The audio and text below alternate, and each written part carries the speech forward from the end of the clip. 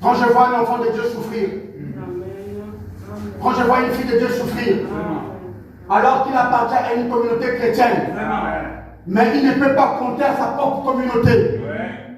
Il a une fille malade hospitalisée, il peut appeler toute l'église, personne ne peut l'aider. Même le pasteur ne peut pas l'aider. C'est honteux. Ce n'est pas ce qu'est ton père. Il n'était qu'un seul corps, une seule âme. Dites-moi bien.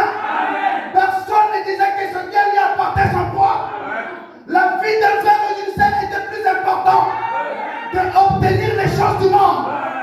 Un pasteur qui refuse d'aider un frère ou une sœur qui a des problèmes, mais qui peut investir l'argent dans leur truc là. Amen. Il a mis des policiers. Ça fait qui?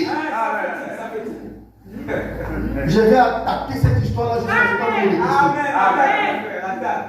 vous. Alléluia.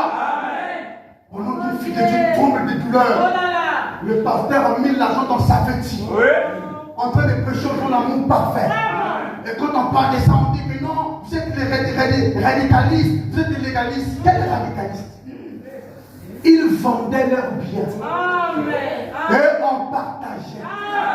Selon le besoin de tout un chacun. Allons-nous déchirer ça dans la Bible? Ou allons-nous vivre ça?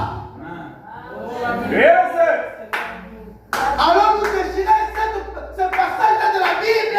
Ou allons-nous vivre ça? Et j'ai compris que les cœurs des enfants n'ont pas été ramenés au Père. C'est pourquoi les œuvres de Père ne se manifestent pas. Et quand on dit ça aux gens, on le critique.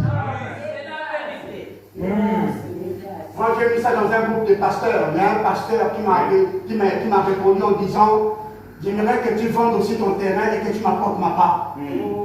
Oh là là. Tu m'amènes bien. Et je lui ai dit que l'amour agapao n'est pas un slogan. Je lui ai dit si le Seigneur me donne des terrains, je les vendrai et je t'apporterai ta part. Très bien. Alléluia. Et j'aimerais que le Seigneur me donne les moyens. Comme ça, je vais lui fermer la bouche.